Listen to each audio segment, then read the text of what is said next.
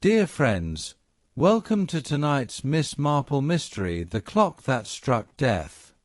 I'm so delighted you've joined me for another evening of intrigue and charm. Picture yourself with a warm cup of tea, perhaps by the fire, as we slip quietly into the heart of St. Mary Mead. Before we begin, I'd love to know a little about you. Are you someone who enjoys solving puzzles, tending a garden, or perhaps curling up with a good book? Share your world in the comments.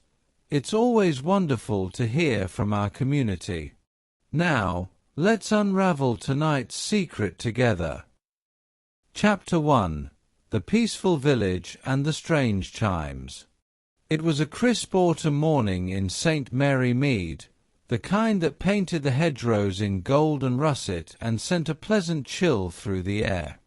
Villagers bustled along the lanes with baskets of apples and jars of preserves, chattering about the harvest festival to come. From her neat little window, Miss Marple sat with her knitting, a cup of tea steaming gently at her side, her sharp eyes following every familiar figure. All seemed ordinary, reassuringly so, until the old church clock began to toll. 12 solemn chimes were expected. Instead, the bell rang out 13.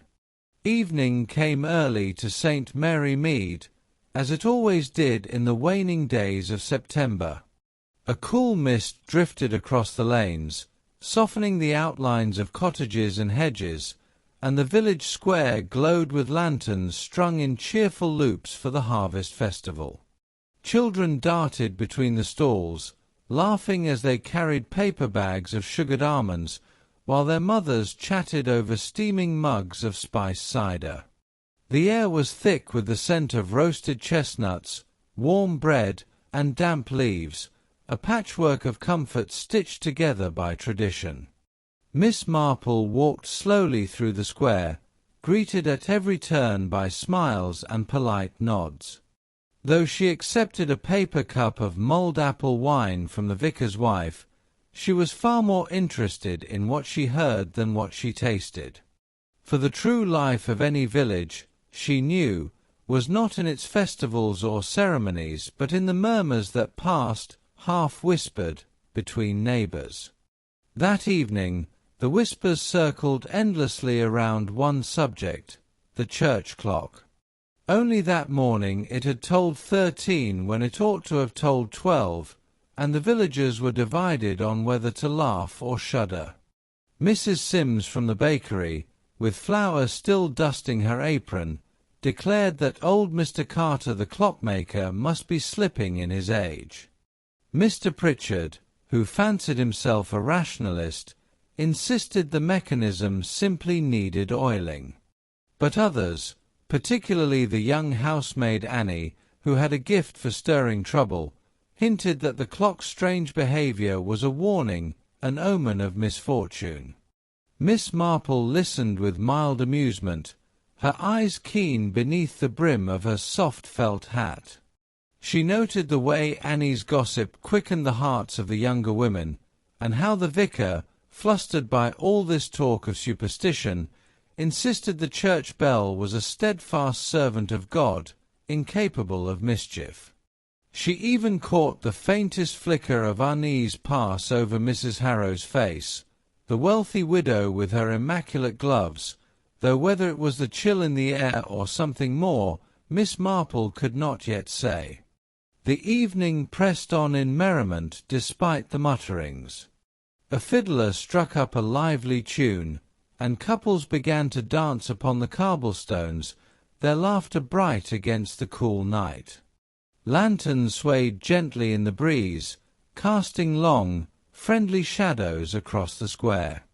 It was precisely the sort of scene one might expect in an English village, cosy, cheerful, and safe. And yet, as Miss Marple lingered at the edge of the crowd, her knitting tucked away in her handbag, she could not entirely dismiss the peculiar sensation that something was slightly off-kilter. Perhaps it was the way conversations hushed when the church tower loomed into view, or perhaps it was the expectant silence that settled whenever the bells prepared to strike. When the fiddler paused and the air grew still, the moment came again. From the high tower of the church, the great clock tolled, deep and resonant. The crowd counted with nervous miles, 10, 11, 12. And then, like an echo that should not exist, came the 13th chime, hollow and unmistakable. A hush fell over the square. Chapter 2. Gossip, Guests, and Uneasy Whispers. The following morning dawned pale and damp, with a fine drizzle drifting over the rooftops of St. Mary Mead. The laughter of the harvest festival seemed already a memory, and the lanes were unusually subdued. Housewives moved briskly about their chores, voices lowered as if reluctant to disturb the hush that had settled upon the village. For news had spread with astonishing speed, and it was on every tongue. There had been a death at the church. Miss Marple heard it first from young Lily, the paper-boy sister, who came breathlessly to deliver the morning post. "Found him in the vestry, miss," Lily whispered, eyes wide as saucers. "Mr. Carter, the clockmaker. Stone cold." Then, with the thrilling relish of a child sharing forbidden knowledge, she added, "They say he fell right under the clock's gears." By the time Miss Marple set out from her cottage, umbrella in hand, a trickle of villagers had already gathered outside the churchyard gate. Their faces were pale, their voices hushed. A constable stood near the lych gate, attempting to keep the curious from pressing closer, but it was clear enough what they all longed to see. The vicar, flustered and red about the cheeks, emerged briefly from the church, mopping his brow with a handkerchief. He spoke in anxious fragments. "An accident, surely an accident. Mr. Carter must have slipped while inspecting the clock." His words, though, did little to calm the ripple of unease passing through the crowd. Miss Marple, with her familiar air of gentle self-effacement, slipped quietly to the side entrance, where the verger, recognizing her, did not think to bar her way. The vestry smelled faintly of damp stone and polish. There, beneath the looming shadow of the clock tower, lay the still form of Mr. Carter. His spectacles had fallen to one side, his hands curled as if mid-task, and his expression, frozen forever, was curiously troubled. She paused, not with the curiosity of a morbid onlooker, but with the keen observation of one who had long trained herself to notice details others overlooked. The position of his body was odd, slumped not forward, but as though guided gently down. And then her eyes strayed upward to the clock face itself, visible through the narrow window. A faint smear darkened one of the brass numerals, not rust but something fresher, more deliberate. Miss Marple bent slightly, peering at Carter's cuff. A faint dark smudge marred the linen. Oil, she thought at once, though why it should be there puzzled her. A clockmaker, yes, but so meticulous as Carter would never have left himself so marked, not on Sunday best, not on the eve of festival. The church bell above them, heavy and solemn, loomed silent now. Yet Miss Marple could not help but recall the strange chiming of the night before, the 13th toll that had startled the festival crowd. She pressed her lips together, thoughtful. The villagers beyond the vestry walls might find comfort in declaring it an accident. But Miss Marple, gazing down at the troubled face of Mr. Carter, felt in her bones that the clock had not struck amiss for nothing. Something, she knew, was very wrong. By afternoon, The death of Mr. Carter was no longer news, but a full-blown storm of speculation sweeping through every corner of St. Mary Mead. The baker's shop, the post office, and even the butcher's queue became impromptu debating halls, each villager convinced they knew the truth of what had happened in the vestry. At the Blue Boar tea-room, where Miss Marple had taken a seat by the window, the gossip reached its most spirited pitch. Mrs. Sims the baker leaned forward over her scone, lowering her voice though it carried clear across the room. "Mark my words, the poor man was failing. Heart gave out, it did. That's all." "Rubbish," countered Mrs. Price Ridley, a woman whose opinions were rarely invited yet always delivered. She stirred her tea with unnecessary vigour. "Carter was as spry as any man 10 years younger. I saw him only last week, walking briskly down the High Street. No, no, there's more to it than that." From the next table, young Annie the housemaid whispered theatrically to her friend, "I heard Mr. Carter had enemies. He kept accounts, you know. Debts. Some folks don't like being reminded of what they owe." She cast her eyes about the tea-room, clearly hoping to be overheard. Miss Marple, knitting in her lap, permitted herself the faintest smile. Gossip, she well knew, was the lifeblood of villages. Beneath its embroidery of exaggeration and fancy often lay a solid thread of truth. One had only to untangle it with patience.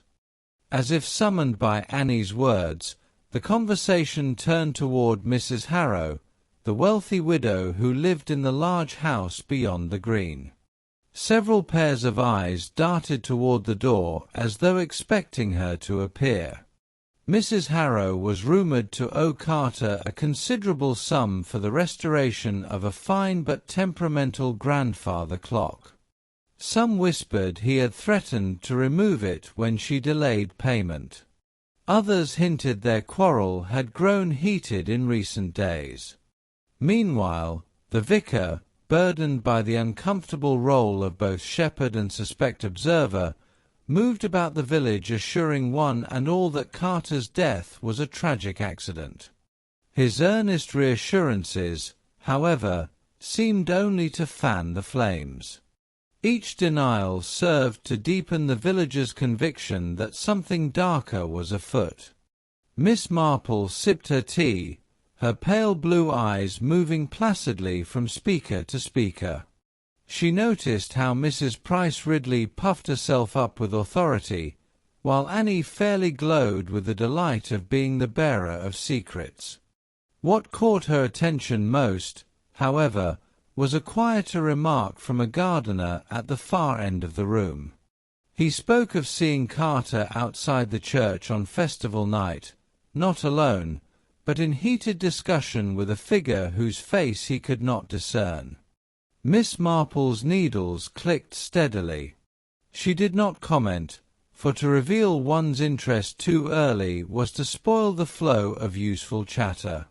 But in her mind, the pattern was beginning to form, a clock chiming wrong, a man dead at his work, and whispers of quarrels in the dark. When the church bell tolled the hour outside the tea-room, the conversation stilled. All ears strained, as though expecting it to misbehave once again. It struck properly this time, yet the hush lingered, uneasy and expectant. And Miss Marple, with her gentle air of detachment, thought carefully of the gardener's words. Someone had argued with Carter that night, and arguments, in her experience, had a way of leading to dreadful conclusions.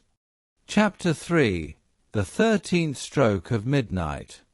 The next morning brought with it a brisk wind and, with it, the arrival of Scotland Yard. A dark motor car rolled into the village square, gleaming ominously among the more modest carts and bicycles, and from it emerged Inspector Craddock, a tall, practical man with the air of someone who tolerated no nonsense. His coat flapped about his legs as he strode toward the church, and though he removed his hat politely when greeted, his eyes held the sharpness of a man already weighing guilt and innocence. The villagers, of course, gathered like sparrows about crumbs, eager to see. Mrs. Price Ridley declared in a stage whisper that the yard would soon uncover a sordid business, while Annie clutched her friend's arm and giggled nervously. Children peered from behind hedges, and tradesmen leaned in their doorways, all pretending busyness while missing nothing. Miss Marple, standing near the church gate, inclined her head graciously as the inspector passed. Craddock gave a polite nod in return, though his expression carried that faintly indulgent look men often reserved for elderly ladies, kind but dismissive. She had seen it before, many times. It never troubled her. Indeed, she found it useful. Inside the vestry, Craddock wasted no time. He examined Carter's workbench, inspected the tools laid out with meticulous care, and questioned the vicar with brusque efficiency. "Burglary," he pronounced at last, with the confidence of a man pleased to bring clarity. "Someone came for valuables. The old fellow disturbed them. Struck down, quick as that." The vicar fluttered like a nervous pigeon. "But, Inspector, what valuables? The church holds little more than candlesticks and hymnals, none of which are missing." Craddock frowned, but did not retract his theory. Instead, he ordered a thorough sweep of the grounds. It was during this search that a constable, bent low near the vestry door, called out.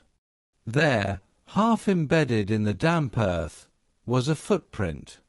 Large, distinctly shaped, and certainly not belonging to Carter, whose boots were altogether different. The inspector seized on this eagerly, instructing his men to record it. Villagers, hearing of the discovery within minutes, as news travelled in St. Mary Mead, buzzed with renewed speculation. Some swore it must belong to a stranger, proof of a burglar passing through.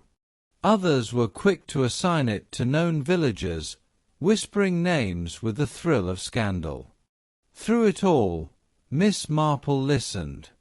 She watched the inspector with his brisk certainty and noted the way he overlooked the finer points, the oil on Carter's cuff, the troubled expression fixed upon his face, the curious matter of the clock's 13th chime. Such things, she suspected, were not easily explained by a burglar's hurried violence. As Craddock departed the church to speak with the villagers, Miss Marple stood quietly at the lich-gate, her knitting bag in hand. She observed how the crowd parted deferentially for the inspector, yet exchanged glances the moment his back was turned. Secrets were being held close, and secrets, she knew, had a way of seeping out under the right conditions. The inspector might be content with his footprint, but Miss Marple's thoughts returned again and again to the strange behaviour of the clock. For clocks, unlike men, did not lie, unless someone had made them do so. That evening, as dusk settled like a soft shawl over St. Mary Mead, Miss Marple returned to her cottage with a thoughtful air. The inspector's talk of burglary still echoed in her mind, yet she could not reconcile it with the picture she had seen in the vestry. Burglars rarely paused to oil a clock or leave strange marks upon its face. No, this was not the work of a clumsy thief. She set her knitting aside and poured herself a cup of tea, the fragrant steam curling upward in the lamplight. Outside, the village grew hushed, the distant lowing of cattle carrying across the fields. In that quiet, Miss Marple allowed her mind to drift back over the events of the festival. She recalled the excited crowd, the fiddler's music, and most of all, the church bell that had tolled 13 times instead of 12. Her eyes narrowed. In all her years, she had heard many explanations for oddities, superstitions, accidents, even the convenient claims of failing memory. Yet she knew clocks. They might falter or stall, but they did not conjure an extra chime out of mischief. If that clock had rung 13, it had done so for a reason. She thought of the dead man's cuff, smudged with oil in a way that was entirely unlike his fastidious nature. That small detail nagged at her, like a dropped stitch in a neat row of knitting. Mr. Carter had been a man of precision. To appear at the festival, and later in the vestry, marked so carelessly, was entirely out of character. Unless, of course, he had discovered something amiss. Miss Marple stirred her tea absent-mindedly. Long ago, her governess had told her a phrase she never forgot: "Clocks don't lie, but men do." How curious that it should come back to her now, unbidden. Was it possible that Carter, realizing the danger he was in, had tampered with the clock himself? Could the 13th chime have been a signal, a warning, left behind by a man who suspected he might not live to see another day? She leaned back in her chair, gazing at the delicate pattern of ivy climbing the wallpaper. Yes, she thought, that was precisely the sort of thing a careful man might do, if he wished to leave behind some hint of truth. The clock had always been his domain. Perhaps he had entrusted it with his final message. A shiver passed over her, not of fear, but of certainty that the case was no simple accident. Somewhere among the quiet lanes and rose-covered cottages of St. Mary Mead, someone had silenced the clockmaker, and that someone was clever enough to hope the village would be lulled into believing it a misfortune. Miss Marple rose, smoothing her skirt, her resolve as firm as the ticking of a mantel clock. The inspector might be content with footprints and talk of burglars. But she knew better. The 13th chime had spoken, and it was time someone listened. Chapter 4. Secrets Behind Lace Curtains. The next morning dawned bright and cold, with a pale sun shining across the green. Villagers moved briskly about their errands, yet each doorway and hedgerow seemed alive with whispers. Mrs. Harrow's name was upon many lips, carried with that delicious thrill reserved for those who live in big houses and are suspected of scandal. Miss Marple, having attended to her roses and written a brief letter to her nephew Raymond, decided that a friendly call upon the widow would be just the thing. She wrapped her shawl, picked up her walking stick, and made her way along the lane that curved toward Harrow House. The great house stood dignified behind wrought-iron gates, ivy trailing over its stone walls. Its windows gleamed with polish, yet there was a curiously tense air about the place, as though the house itself held its breath. Mrs. Harrow received her in the drawing-room, where the fire had been lit despite the hour and the air was scented faintly with lavender.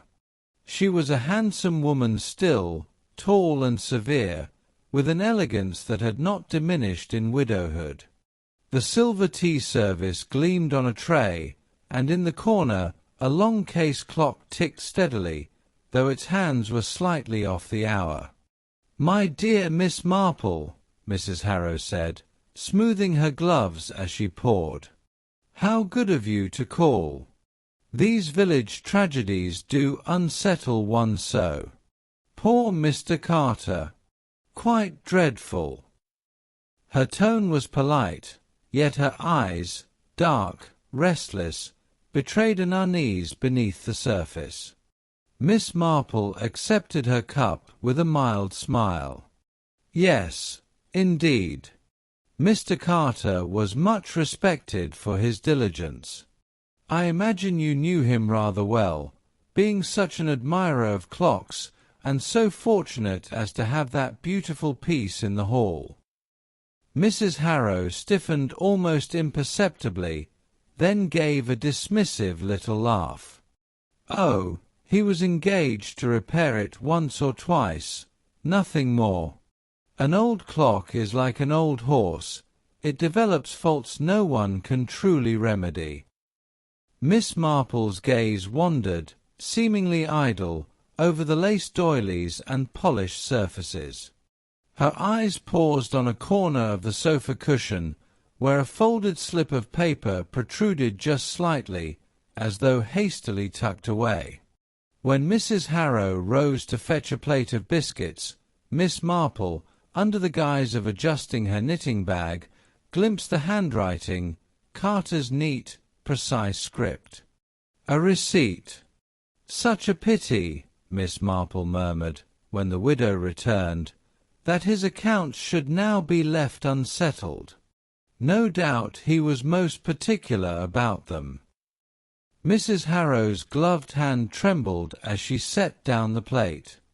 "Indeed, but I assure you, Miss Marple, all was square between us. Quite square." The words were brisk, final, yet in her haste she had betrayed herself. Miss Marple sipped her tea delicately, concealing her satisfaction. Receipts were not the sort of thing widows hid in cushions, unless there was something in them best left unseen. Outside, the church clock struck the quarter hour. Mrs. Harrow flinched, though the chime was ordinary enough. Miss Marple heard it, stored the reaction away like a skein of wool, and smiled her gentle, unthreatening smile. The next afternoon found Miss Marple walking the narrow lane that wound past the schoolhouse. The September sun was slanting low, burnishing the hedges with a golden glow, and the air smelled of wood smoke drifting from distant cottages. School had been dismissed an hour before, and children's laughter echoed faintly from the meadows beyond, but the small red brick building itself stood quiet now. Leaning on her stick, Miss Marple paused, for she had spied the schoolmaster himself, Mr. Allen, locking the gate.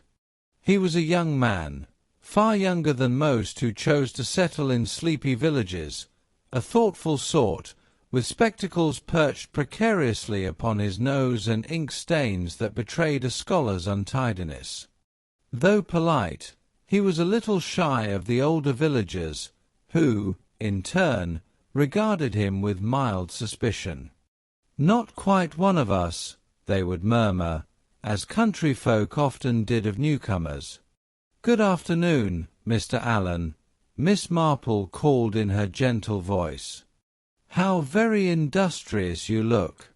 I dare say your pupils keep you quite busy." He looked up, startled, then smiled faintly. "Ah, Miss Marple. Indeed they do. Bright children, some of them. Others, rather more interested in their cricket bats than their books, I fear." He adjusted his spectacles, shifting from one foot to the other. Miss Marple drew closer, feigning casual conversation, though her eyes, ever observant, missed little. "Such a tragedy about Mr. Carter," she remarked, with a soft sigh. "The village can scarcely speak of anything else. I suppose you heard the church bell that peculiar evening?" Allen hesitated. "Yes, I heard it." His tone was cautious, as though testing the weight of each word before releasing it. "It was unsettling. They say," Miss Marple continued mildly, "that you were seen near the church that night." A flush crept up his pale cheeks. Yes. I walked that way after the festival. I often stroll to clear my head. I admired Mr. Carter's work, you see. He was no ordinary craftsman. He understood time, in a way. He stopped suddenly, biting his lip, as though regretting the words. Miss Marple tilted her head, her expression nothing but kindly curiosity. A gift, indeed. But I wonder, what did you mean, he understood time? The young man gave a short, uneasy laugh. Oh, nothing. Only that Carter seemed to notice things others missed.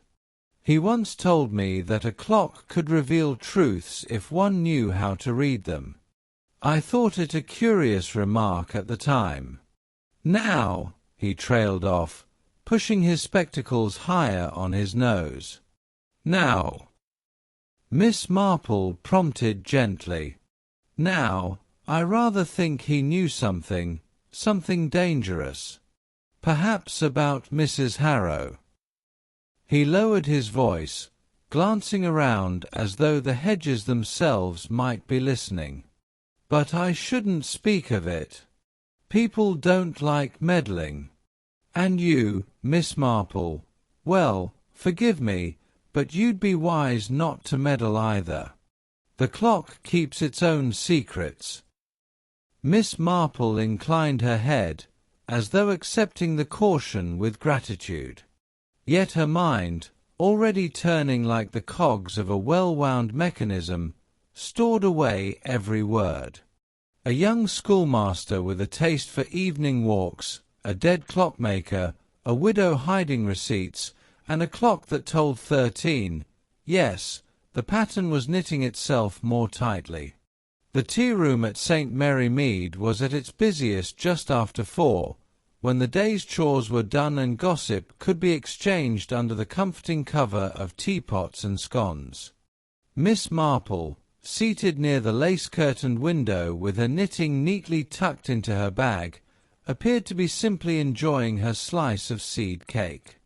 In truth, she was waiting, for she knew that information had a way of slipping out when tongues were loosened by jam and clotted cream. Sure enough, in bustled Annie, the vicarage housemaid, cheeks flushed from the brisk walk and her apron tucked carelessly under her shawl. Annie was a girl of great energy and little discretion, with a fondness for stories that always grew a touch more colourful in the telling. She plopped into a chair opposite Miss Marple, barely waiting to catch her breath before launching into her news. "Have you heard, miss?" Annie's voice dropped to an urgent whisper, though it carried plainly across the room. Mr. Carter was seen in the graveyard the very night he died. Not alone, mind you, but with a woman. A woman in a shawl. Miss Marple raised her brows in polite surprise. Indeed. And who might this mysterious lady have been? Annie leaned forward, eyes shining. No one knows. But I saw her, I did. Passing by on my way from the festival, I cut through the churchyard to save time. There they were, Mr. Carter and this figure, bent over something in his hands. Papers, it looked like. They were arguing, I could tell by the way their heads moved. I thought to linger, but then a bat swooped at me, and I near screamed the place down, so I hurried off quick. Miss Marple, pouring herself another measure of tea, nodded gently. A woman in a shawl. How curious. Did you recognize her figure, perhaps? The shape of her walk? Annie pursed her lips, clearly wishing she could say yes. Well, not exactly. Could have been anyone, really. But I'll tell you this, she wasn't village folk. Not that night. Her clothes looked too fine, though she had the hood up. And the way she carried herself, it wasn't servant-like. The tale had already caught the ears of those at the next table, who leaned in greedily. Mrs. Sims muttered that she always suspected strangers, while old Mr. Tompkins declared he'd seen no such woman and that Annie's imagination ran away with her. Yet the spark was struck, and soon the whole tea-room hummed with theories: a secret lover, a creditor, even a foreign spy. Miss Marple listened serenely, her expression placid. She had known Annie since she was a child, and if Annie had a gift, it was for embroidering a threadbare fact into a tapestry of half-truths. And yet, sometimes in the midst of her embellishments lay a kernel of something useful. A woman in the graveyard, papers in hand, that detail could not be ignored. That evening, back at her cottage, Miss Marple sat by the window with her knitting once more. The lane outside was quiet, but as the lamplighter passed, she caught the faintest shuffle of footsteps pausing just beyond her hedge. She looked up sharply, but by the time she opened the door, there was only darkness, the stillness broken by the distant toll of the church bell. Someone, it seemed, was watching her. And patterns, as Miss Marple knew well, never lied. Chapter 5. Shadows over Rosewood Lane. It was the following night when St. Mary Mead once again stirred with unease. A crisp wind rattled the hedgerows, and the moon hung low and watchful above the church spire. Most cottages had long since shuttered their windows, but Miss Marple, ever a light sleeper, sat awake in a sitting-room with a candle burning low beside her armchair. The memory of Annie's whispered tale had left her thoughtful, her needles clinking steadily as she knitted. Then, without warning, the peace was broken. From across the village came the sound of the church clock, its deep bell tolling through the silence. Miss Marple set down her knitting at once. She counted carefully, her lips moving silently. 11 chimes. She waited for the 12th. Instead, the echo ceased abruptly, as if the mechanism itself had caught its breath and faltered. Moments later, a sharp crash rang out, startling in the stillness, a pane of glass shattering somewhere near the vicarage. Then came hurried footsteps on cobblestones, quick and uneven, as though someone fled in desperate haste. Miss Marple rose, her candle flickering, and peered through the curtains. The street was nearly deserted, save for a shadow darting around the corner into the high street, swallowed at once by the darkness. The faintest glint of something metallic had caught the light, perhaps a watch chain or the buckle of a shoe, but it was gone before she could be certain. By morning, the village was in a fidget of speculation.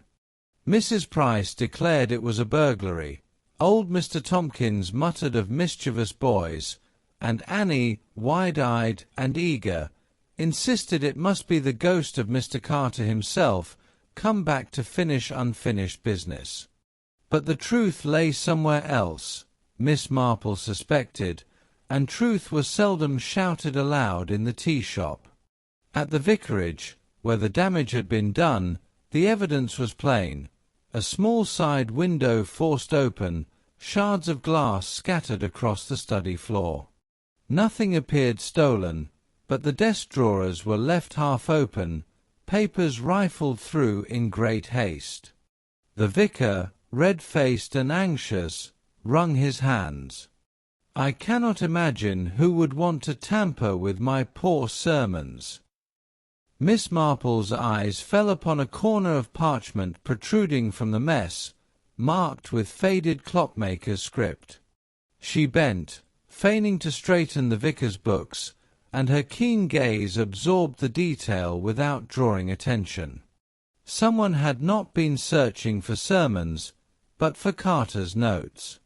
The villagers' chatter grew louder throughout the day. The church bells miscounting, The broken window, the hurried footsteps, it was too much coincidence for those who paid attention. And Miss Marple, with her mild smile and gentle nods, always paid attention. That night, as she settled into bed, the air felt heavy with expectation. The moon was hidden by clouds, and the silence seemed to press upon the village like a weight. Before closing her eyes, Miss Marple whispered softly into the darkness, "Someone fears the truth, and someone is growing reckless." And outside, as though in answer, a low creak sounded at her garden gate.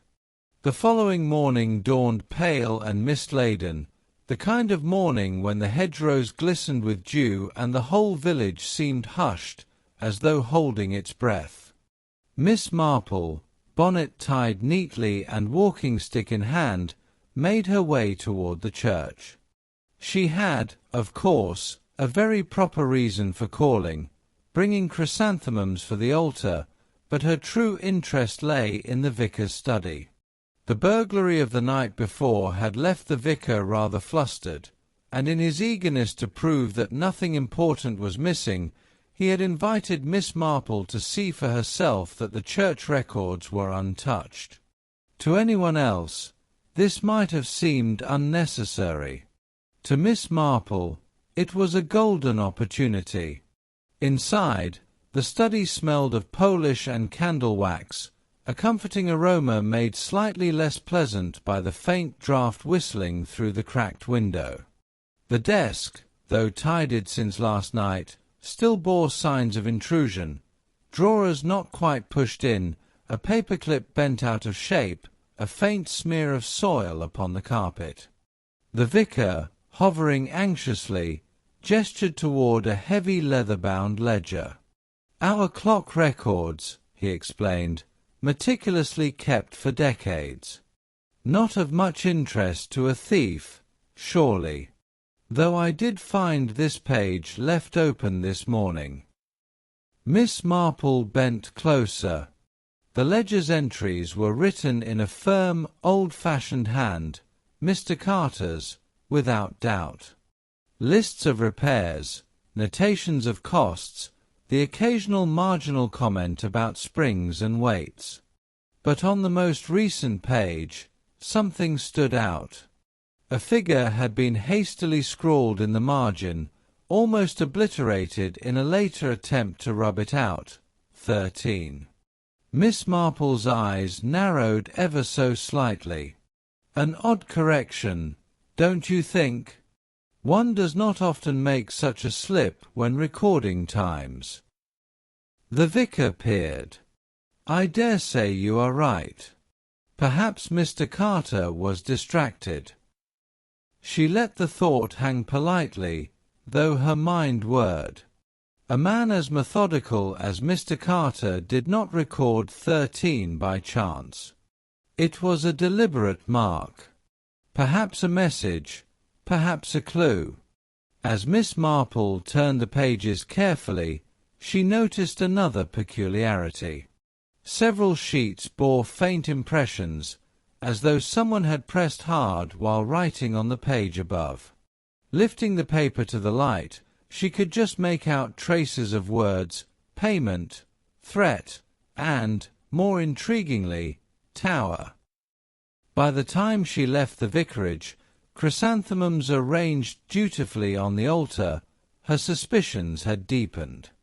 Someone had broken in not for valuables but for this ledger, seeking to erase, or perhaps to recover, Carter's hidden message.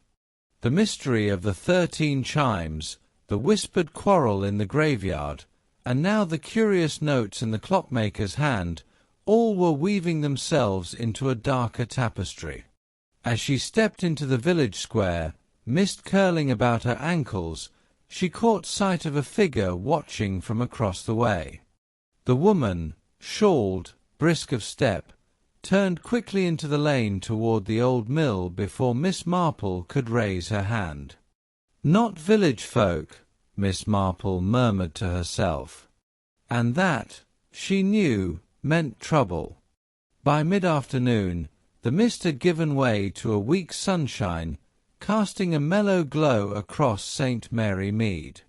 Housewives bustled along the high street with shopping baskets, exchanging the usual pleasantries about the harvest festival. Yet there was an undercurrent of unease, whispers about the burglary, the strange chimes, and the vicar's worry. Into this atmosphere came a new arrival, one who did not blend so easily into the rhythm of village life. A motor car, glossy, dark, and altogether too modern for St. Mary Mead's lanes, drew up outside the inn. From it stepped a man in a fine city suit, with polished shoes that had never known mud from the fields. His hat was tilted just so, his briefcase clasped tightly in his gloved hand. He introduced himself at once to Mrs. Hartnell, who happened to be passing, Inspector Denham, Scotland Yard. The way she repeated his name down the high street ensured that within 10 minutes every cottage in the village knew it. Inspector Denham soon made his way to the vicarage, notebook at the ready. Though polite, his manner was brisk, efficient, entirely metropolitan. He asked pointed questions about the burglary, about Mr. Carter's old papers, about the clock tower itself. The vicar, flustered, answered as best he could, while Mrs. Price, who had invited herself to pour tea, nodded along dramatically, as though she had been present at the crime. Miss Marple, quietly seated in the corner with her knitting, observed the exchange with mild interest. The inspector's questions were sharp, but he lacked the village ear. He did not notice Mrs. Price's hesitation when Carter's name was mentioned, nor the way the vicar's hand twitched each time the ledger was referenced. These were subtleties easily missed by outsiders. Later, as Denham strolled through the square, he paused by the church tower, gazing up at its weathered stone face. "Curious mechanism, isn't it?" he remarked when he found Miss Marple at his elbow, as if by coincidence. "I've seen records of clocks striking oddly in cases of sabotage. Sometimes deliberate, sometimes mere disrepair. But one thing is certain, 13 is no accident." Miss Marple sipped delicately from her flask of tea. "I quite agree, Inspector. Village clocks do not misbehave of their own accord. People, however, are another matter entirely." He gave her a keen look, as though uncertain whether she jested. "You seem remarkably interested, madam." "Oh," Miss Marple replied mildly, "one cannot live in a village without noticing when something is out of rhythm." That evening, word spread that the inspector was staying on at the inn. Some villagers were delighted, such excitement for their quiet parish.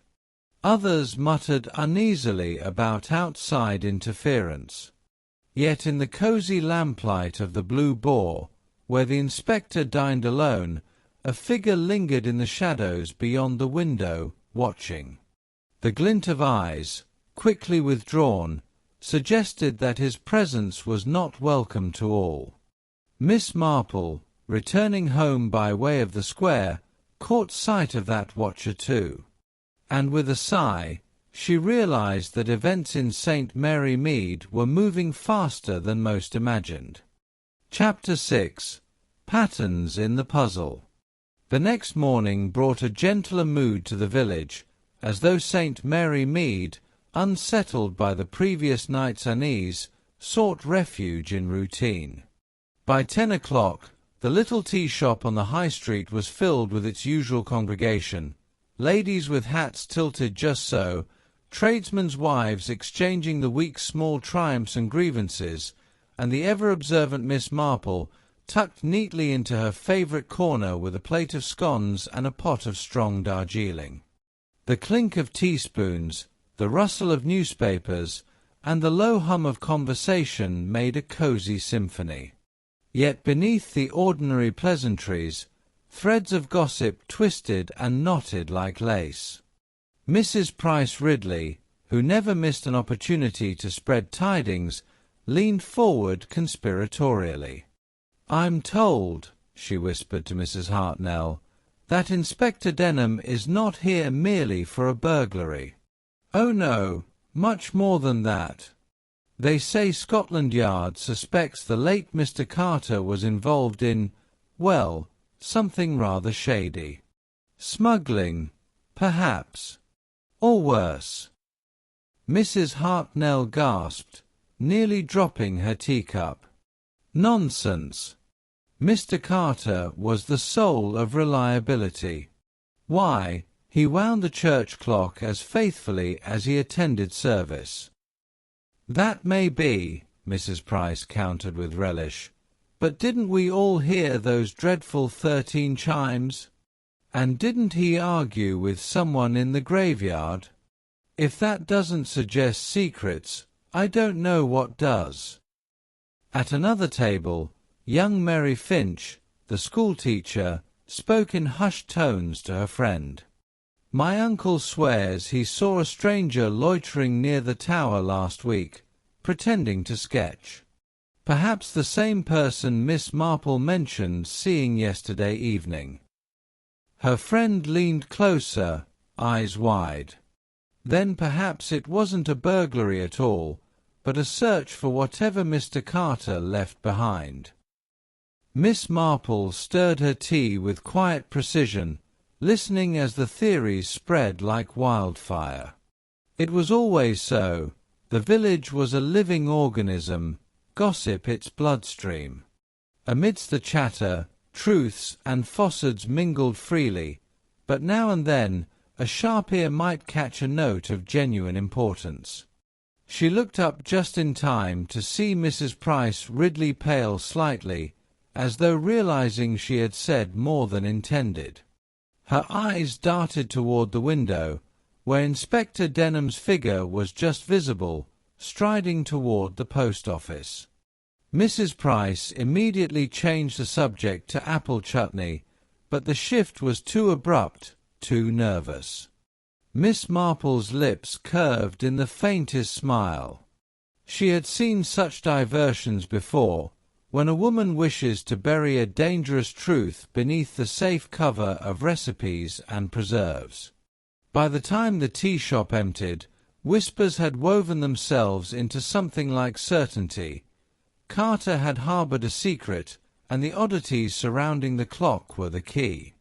Miss Marple rose, gathered her things, and stepped out into the crisp air, where the church tower loomed against the autumn sky.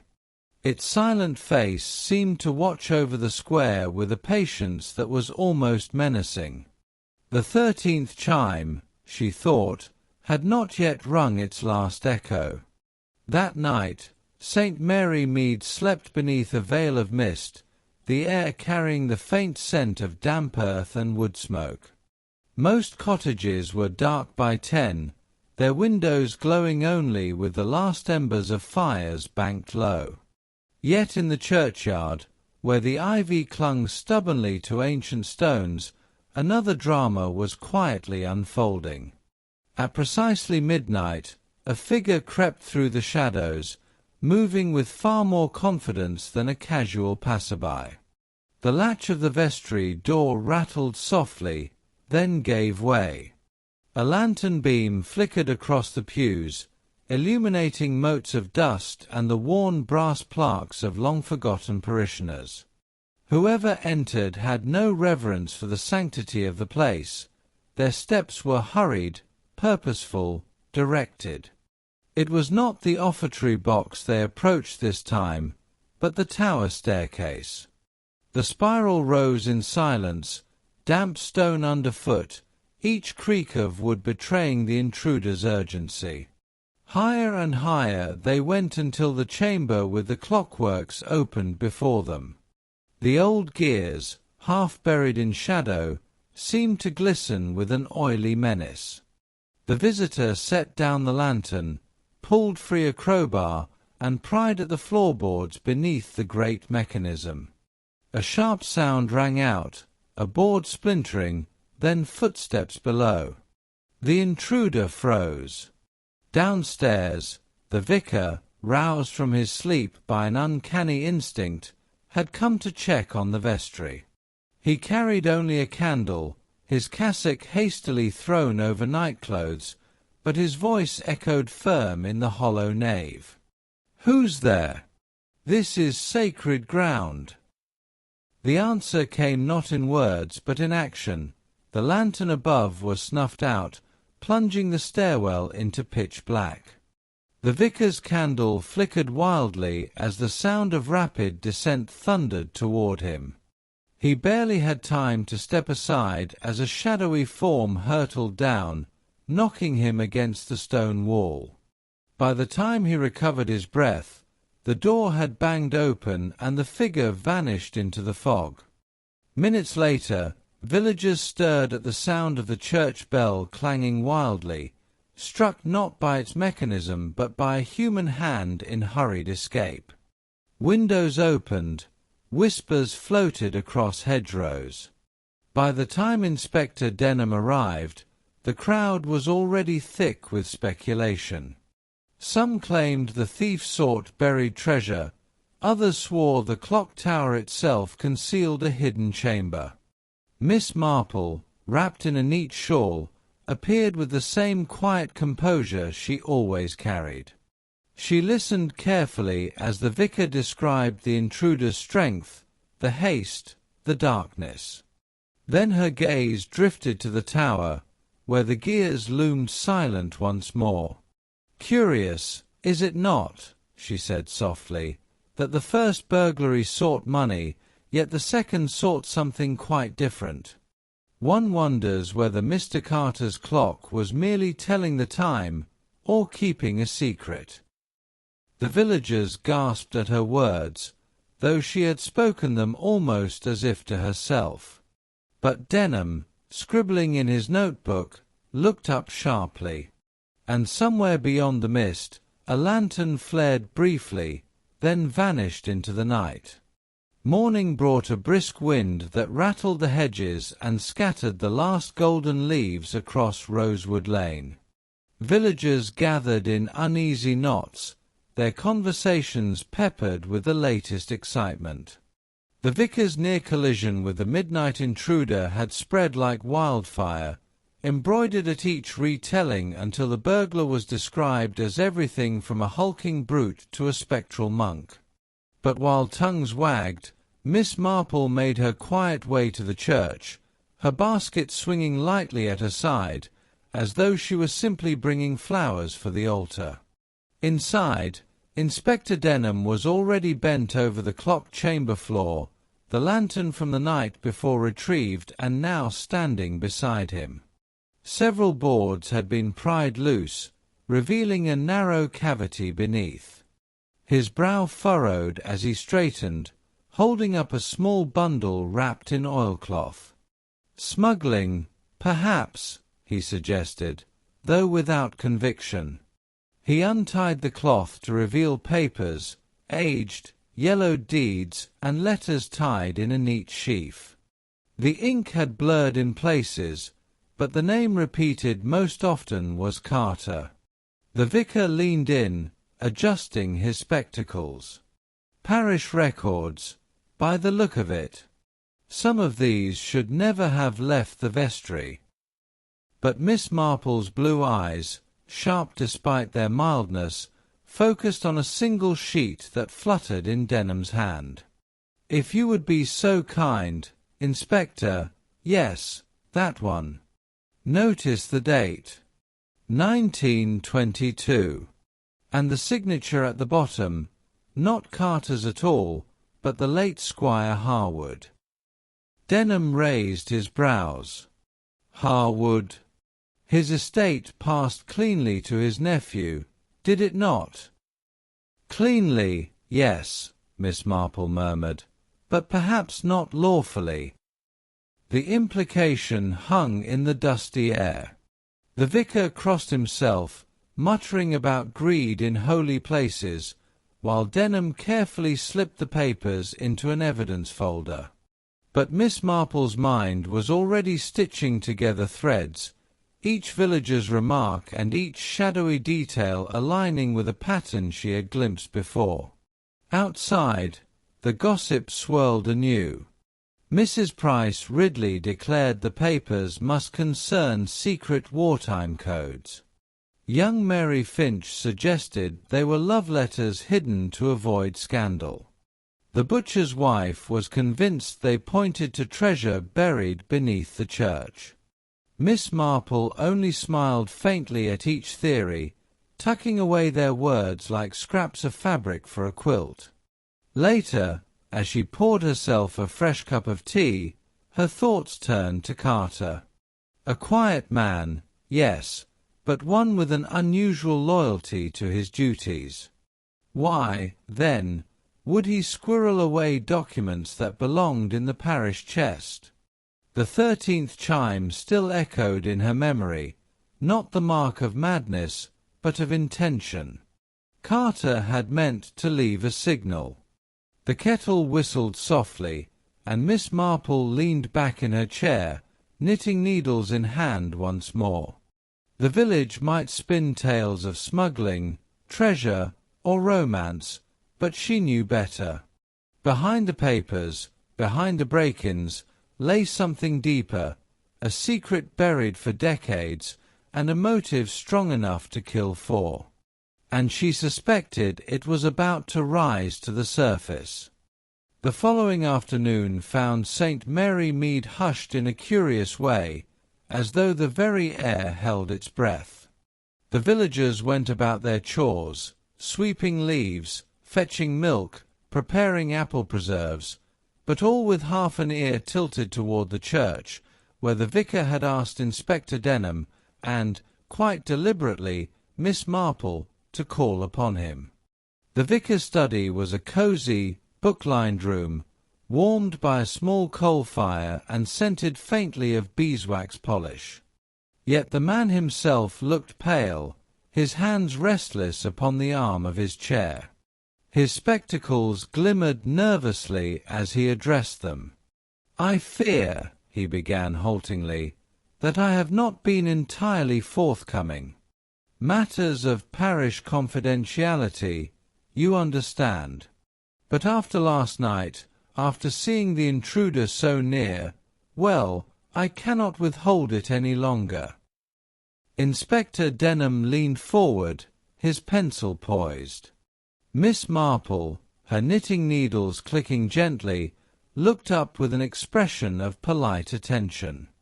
The vicar cleared his throat. "It was Carter who first came to me, many months ago. He believed that someone had been tampering with the church clock, not for mischief, but for concealment.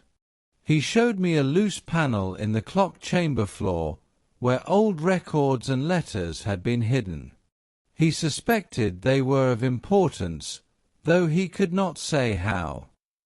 Denham's brow furrowed. "And you told no one?" The vicar flushed. "Carter asked me to keep it in confidence until he could determine more.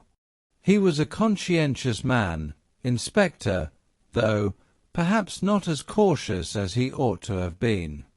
He feared scandal if the documents implicated certain families. The Harwoods, for instance. He hinted that there might have been irregularities in the transfer of the squire's estate. If proven, it could throw the present line of inheritance into question." Miss Marple's needles paused. "Irregularities can breed resentment," she murmured. "Resentment festers. And sometimes festering leads to action." The vicar nodded miserably. Carter was determined to set matters right. He spoke of arranging the clock to strike 13, a signal that something was amiss, a way of drawing attention without openly accusing anyone. But before he could reveal his findings, he was dead. A silence fell, broken only by the crackle of the coal fire. Denham scribbled furiously, his jaw set. "You realize, Vicar, that by withholding this, you may have put yourself, and others, in danger." "I do realize it," the vicar whispered. "That is why I can no longer stay silent." Miss Marple regarded him with a kind but piercing gaze. "The truth, Vicar, has a way of finding its path. You have done right to speak now. The difficulty lies in who else already knows, and how far they are prepared to go to protect their interests." The vicar's hands trembled. "Do you think they will try again?" Miss Marple resumed her knitting, her needles clicking like a soft metronome. "Oh, I should be very much surprised if they did not." Chapter 7. When the Clock Strikes Truth. The mood in St. Mary Mead altered after the vicar's revelation, though few villagers could have explained precisely why. There was a tautness beneath the ordinary chatter, a sharpened edge to the gossip passed over tea and scones. Everyone seemed to eye their neighbour a little more keenly, as though searching for cracks in the familiar veneer of village life. Inspector Denham made his rounds with renewed urgency, but it was Miss Marple who gleaned the truest insights. She listened where others dismissed, knitting steadily in her parlour while visitors dropped in under the guise of courtesy. First came Mrs. Price Ridley, bustling in with a basket of pears, her eyes darting toward the church tower visible from Miss Marple's window. "They do say, my dear, that old Squire Harwood's nephew was never the rightful heir at all. Imagine!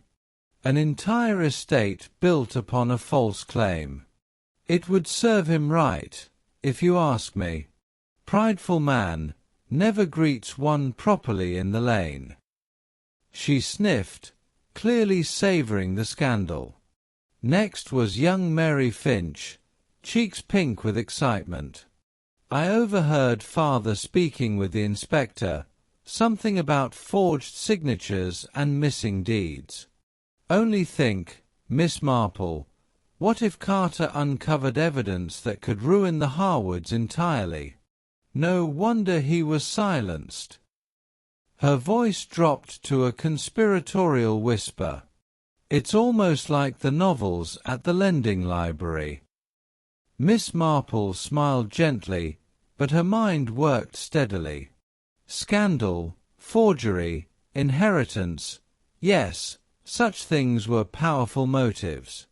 But gossip alone was not proof. She tucked Mary's words away, a piece in a pattern that was forming with unsettling clarity. Later that evening, Inspector Denham himself stopped by. He seemed wearier than before, his manner brisk yet weighted. "The papers we recovered do raise troubling questions," he admitted, standing stiffly by the hearth. "If Harwood's nephew gained the estate on false grounds, then someone else, someone presently in very modest circumstances, may be the rightful heir. That knowledge would be valuable. Dangerous, even." Miss Marple poured tea, her eyes thoughtful. "Valuable, yes. But also inconvenient, Inspector. People will go to extraordinary lengths to preserve the life they believe belongs to them. You might look less at those with little to gain, and more at those with everything to lose." Denham nodded slowly, though his eyes betrayed frustration. "The difficulty, Miss Marple, is that nearly everyone in this village seems to have had some connection with Carter. The man was trusted. A confidant. And confidants, when they stumble across dangerous secrets, seldom live long." Outside, the wind picked up, scattering dry leaves across the garden path. Miss Marple set her teacup down, her needles moving once more in steady rhythm. She did not speak her thought aloud, but it echoed within her mind as surely as the clock's chimes. If Carter had been silenced, then others who knew, even a little, might be next. And she had no doubt the guilty party was watching closely, ready to strike again.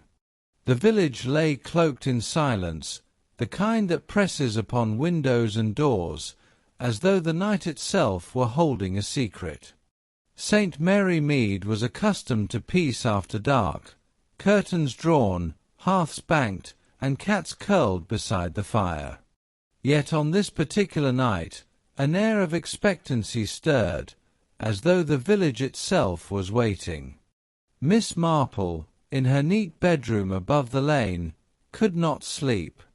She had the curious habit, common among the elderly but sharpened by a detective's mind, of waking at odd hours and attending to small noises most would dismiss. Tonight, however, her ears caught something altogether different, the faint but deliberate scrape of a window latch. She rose softly, shawl about her shoulders, and peered through the lace curtain. The moon cast its silvery glow upon the church tower, illuminating the clock face. A shadow moved across the lane, slipping toward the churchyard. Miss Marple's sharp eyes narrowed. The figure carried a lantern and moved with the careful step of one accustomed to secrecy. Without hesitation, she slipped her feet into sturdy shoes, lit her own small lamp, and stepped into the cool night. The air was tinged with wood smoke and the faint rustle of leaves. She followed at a discreet distance, careful as only one long practised in village observation could be. The shadow entered the church through the vestry door, left unlocked, perhaps deliberately. Miss Marple waited, then crept nearer, her heart steady though her breath caught with the thrill of pursuit. From within, she heard a rustling, a low exclamation, and then the unmistakable sound of wood being pried open. She pressed herself against the stone wall and listened. The intruder was speaking under their breath, muttering words she could scarcely catch. Papers, must destroy, before they see. The lantern light flickered through a narrow crack in the door, throwing monstrous shapes upon the flagstones. Gathering her courage, Miss Marple edged inside. The vestry smelled of wax and old hymnals, shadows stretching across the pews. At the base of the clock tower, a small trapdoor stood open, its hinges creaking as the intruder pulled free a bundle of parchment. The sight of them, dusty and bound with twine, left no doubt. These were the very documents Carter had discovered. Miss Marple's soft voice cut through the hush. "I should be most careful with those, if I were you." The figure spun round, lantern light revealing a familiar face, flushed with guilt, eyes wide with fear. For a moment, the two regarded one another, the seasoned sleuth, calm and unyielding, and the would-be destroyer of secrets, caught in the act. Before a word could be exchanged further, the church clock began to toll. 1, 2, 3, until 12. Yet as Miss Marple stood her ground, the bell tolled once more, a 13th chime, hollow and dreadful, echoing into the night. And with that sound, the intruder dropped the papers, trembling, as though judgment itself had spoken. Morning broke crisp and cold, the kind of dawn that carried with it a hush of finality. The mist clung low over St. Mary Mead, blurring the outlines of cottages and hedgerows, as though the village itself wished to veil the shame soon to be revealed. Within the vicarage, Inspector Denham stood grimly by the hearth, the recovered documents spread across the table. Miss Marple, composed as ever, sat opposite with her knitting, though the quiet click of her needles betrayed a certain restrained intensity. The villagers had gathered outside, their whispers audible even through the vicarage door. It was not often that scandal broke the calm of their routines, and curiosity ran high. Denham glanced toward Miss Marple, his jaw tight. "You were right. These papers prove it beyond doubt. The Harwood estate was never his to inherit. Carter knew the truth, and someone feared exposure." Miss Marple's blue eyes twinkled, though her expression was grave. "Yes, Inspector, and that someone was driven not by gain, but by terror, terror of losing everything they had paraded as theirs." She paused, setting aside her knitting. "Shall we?" Together, they faced the gathering in the church hall. The air buzzed with unease as Denham called the names of those most connected to the case. Squire Harwood's nephew, red-faced and defiant. Mrs. Price Ridley, prim yet visibly trembling. Young Mary Finch, pale with apprehension. And among them, the figure Miss Marple had caught in the vestry only hours before. Denham began sternly, outlining the case, but it was Miss Marple's quiet voice that commanded attention. "It is not easy, I know, to have one's illusions stripped away. But truth has a habit of surfacing, however deeply it is buried. The 13th chime, it was not supernatural at all, but a mechanism tampered with to delay and confuse, to grant someone time to cover their misdeeds." Gasps rippled through the crowd. All eyes turned upon the culprit, who faltered under the weight of so many stares. Miss Marple continued, unhurried. "You feared Carter would reveal the deception. You followed him into the tower, thinking to silence him. But what you did not count upon, my dear, was that even the most careful plans leave behind the faintest of threads. And I have always had an eye for threads."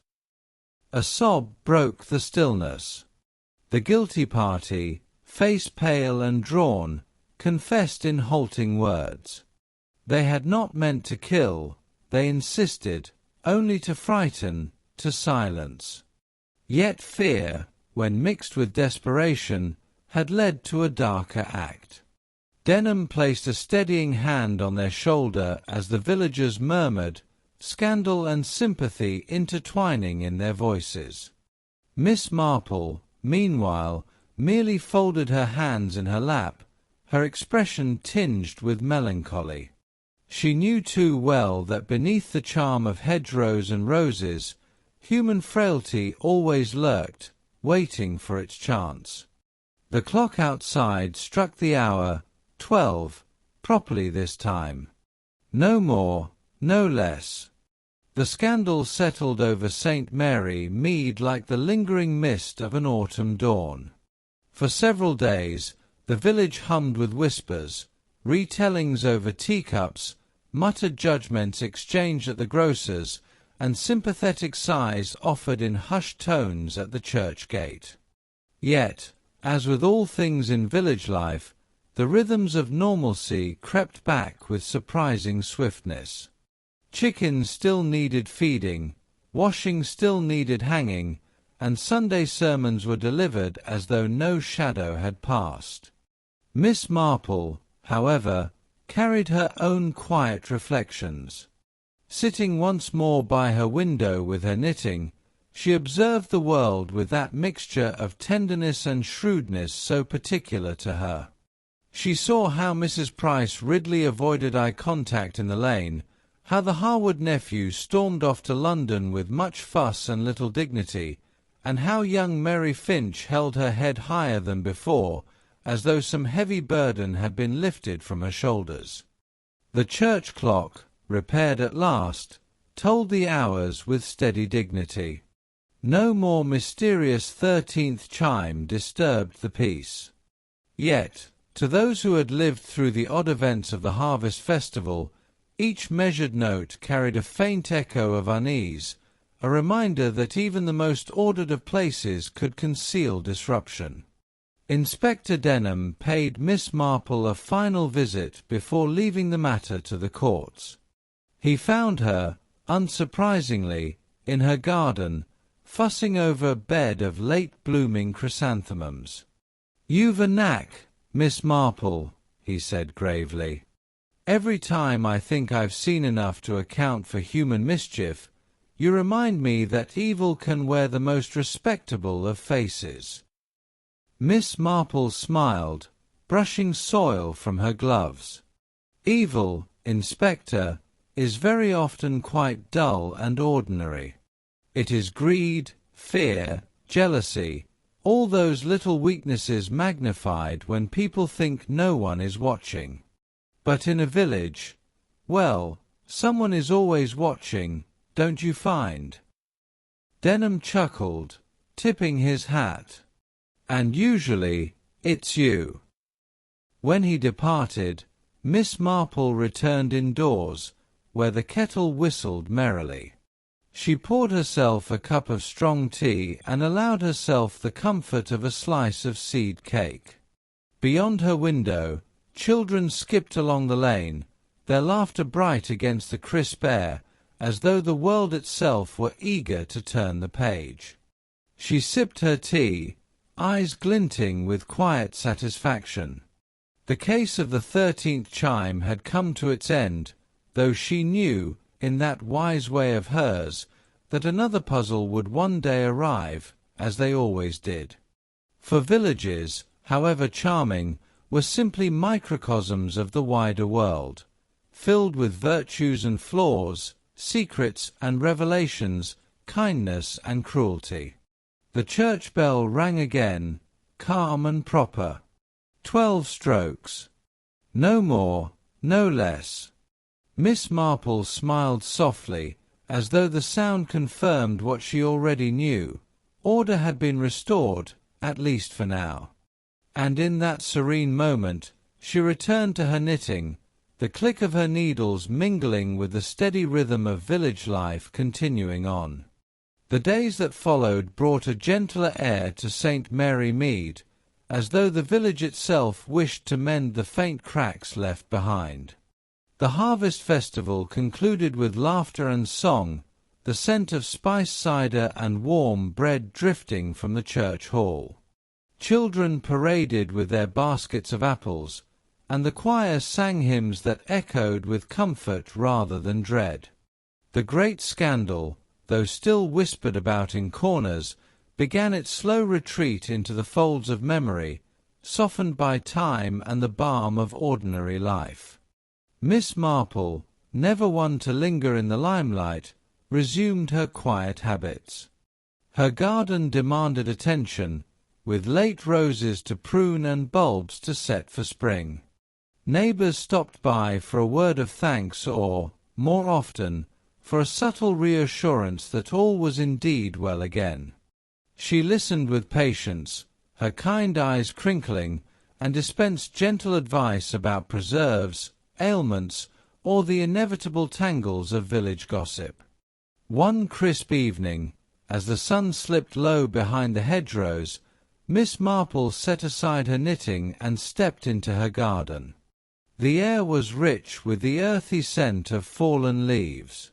She breathed deeply, savouring the hush that comes only in autumn, when the world seems to pause between the energy of summer and the long rest of winter. Somewhere in the distance, the clock struck the hour, calm, precise, and perfectly ordinary. She smiled, for she knew life in the village would carry on with its small quarrels and its small joys. Yet she also knew, with the quiet certainty of long years, that beneath the thatch and roses the same frailties of human nature would always stir. And when they did, she would be there, unassuming, observant, knitting in hand, ready to unravel them, thread by thread. And so, peace settled once more over St. Mary Mead, like a quilt laid gently across the village, warm and reassuring, holding its secrets until the next story unfolded. Thank you for sharing in today's mystery with us. We hope the gentle return of peace to St. Mary Mead brought you a touch of comfort and calm. If the story made you smile or kept you company through the quiet hours, we'd be delighted if you left a like. It helps us know these tales reach kindred spirits. Share your thoughts in the comments. We love hearing your reflections. And if you'd like to wander once more through village lanes where secrets stir beneath the roses, don't forget to subscribe. Another quiet mystery awaits, just around the corner.